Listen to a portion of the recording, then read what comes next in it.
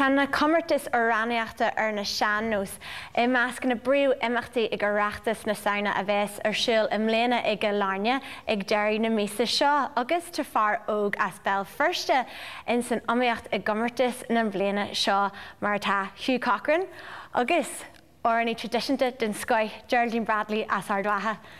Hugh, gur míle maigus a bheith linn inniu. Idir mar hála sé go bhfuil tú go bheith rá óran ag an Oireachtas sa mbliana?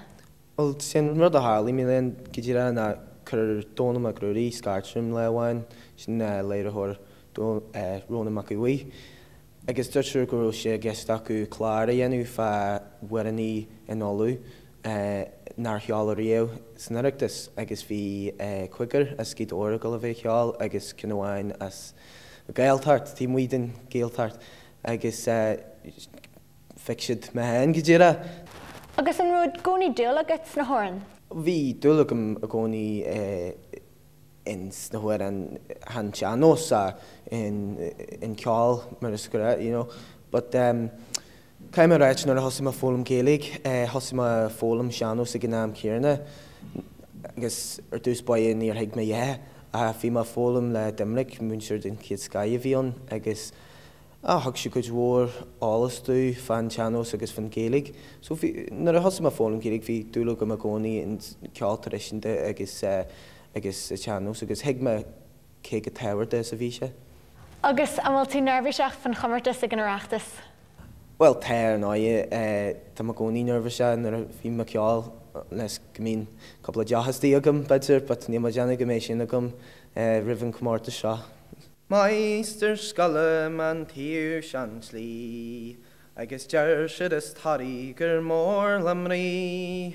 Haar lór mé a focail sar hín mé me lau, sar hreig mé me liabí a híhehain. Da mé a sagam can iad a hungrian, e garci a sasan a mal a clia.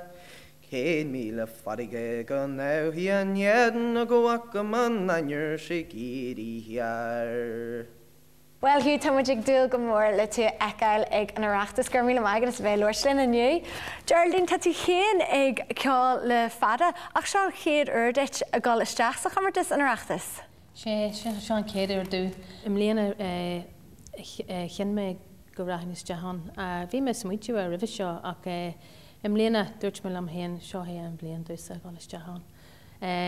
Níl sogam go dé mar tá sé gáil heite me amach ach tá mé lánsáas a gáil síos bhain crack agus a bheith másca le daine eile.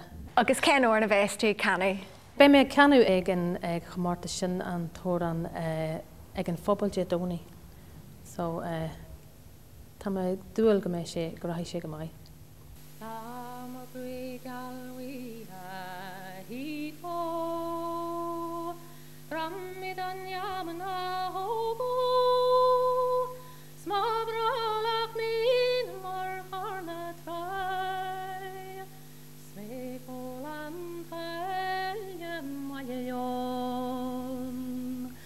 Savan di hala higo, taik shul na trai shahobo, nak truliat banner arikjoi, tagala bai humaljon.